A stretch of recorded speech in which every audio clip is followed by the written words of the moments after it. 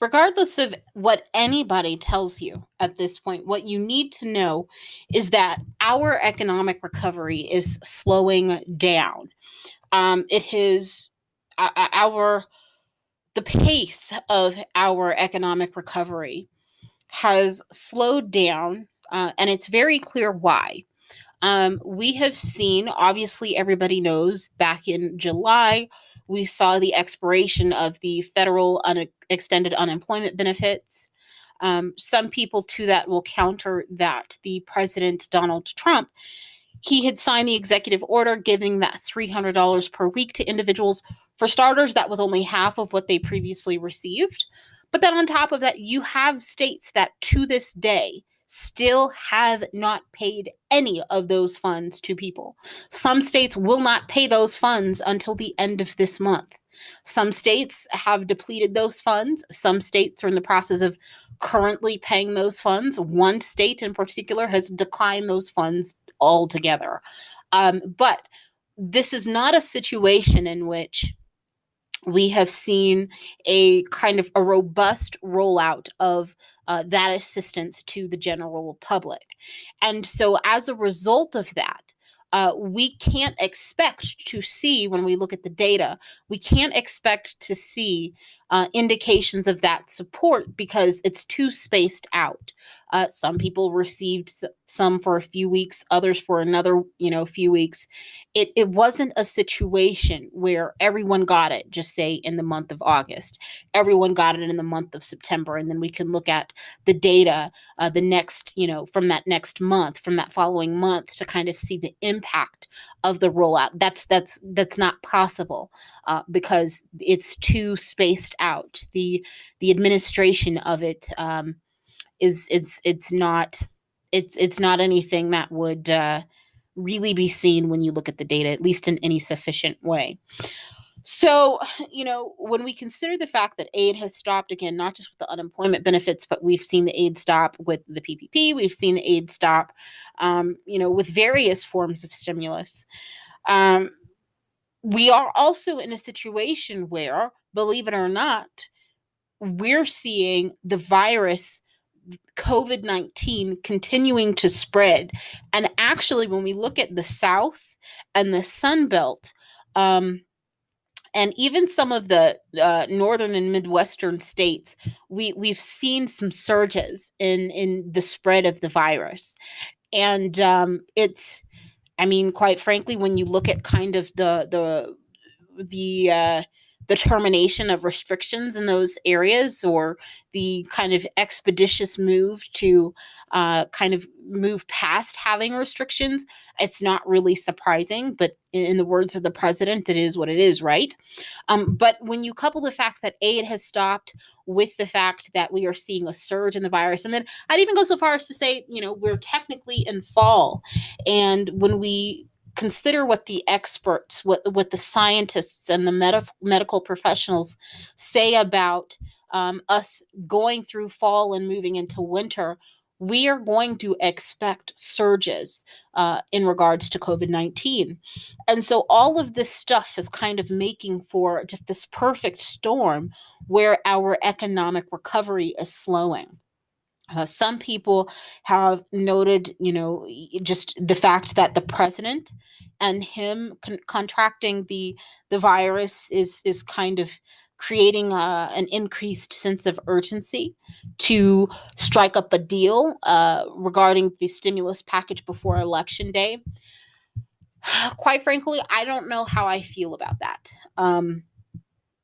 I've said before that at this point, when we failed to see successful negotiations after Nancy Pelosi proposed kind of the skinny bill from the House, it really kind of solidified within me that we more likely than not would not see stimulus until the election. I quite frankly don't know if the president contracting COVID-19 moves my opinion on that. Again, some people are saying that it absolutely does. You even have people such as Nancy Pelosi kind of making that statement, but I'm not sure. I'm not sure. So I can't kind of give you, with certainty an opinion that I have on it, because I just don't know. I would hope that it would, but at the same time, if various other things that have occurred, that have directly impacted the American people, the constituents of these Republicans and of these politicians, if that stuff did not move them, if the fact that their homelessness was increasing, if the fact that people were unable to feed their children, if the fact that their constituents were dying at record rates and contracting the virus at record rates did not really move them, I'm not quite sure how one more individual would move them, despite the fact of this person's title. I don't know. Like I said, I hold out for hope that it would, but kind of my gut instinct says no. It says no. And if I had to kind of put a number on it, I'm probably like, I don't know. I'm probably like 75-80% sure that we still will not see a stimulus package until after the election. And even then, I don't mean like right after the election. I mean January, and that just depends on who holds the Senate and who the president is. So that's kind of my take on things. That considered, yes, you have people such as the Speaker of the House, Nancy Pelosi, saying that, Trump, President Trump contracting the virus should definitely lead to us moving towards a stimulus. A new sense of urgency should be created. But here's the deal. In the Senate, the Republicans there, they have continued. This has always been the case, but they haven't moved on their expression of concern regarding approving a stimulus package that is anything more than $1 trillion. Their main concern is the national debt. Again, let's go back to this example that I use of a house on fire, and one person wanting to use a single bucket of water to extinguish the fire, and one person wanting to use a hose to use as much water as is necessary to completely extinguish the flames. The question I pose is, why on other emergencies do we not hear about the debt? We hear, for instance, in areas that are prone to earthquakes, or areas that are prone to tornadoes, or now prone to fire, due to due to global warming.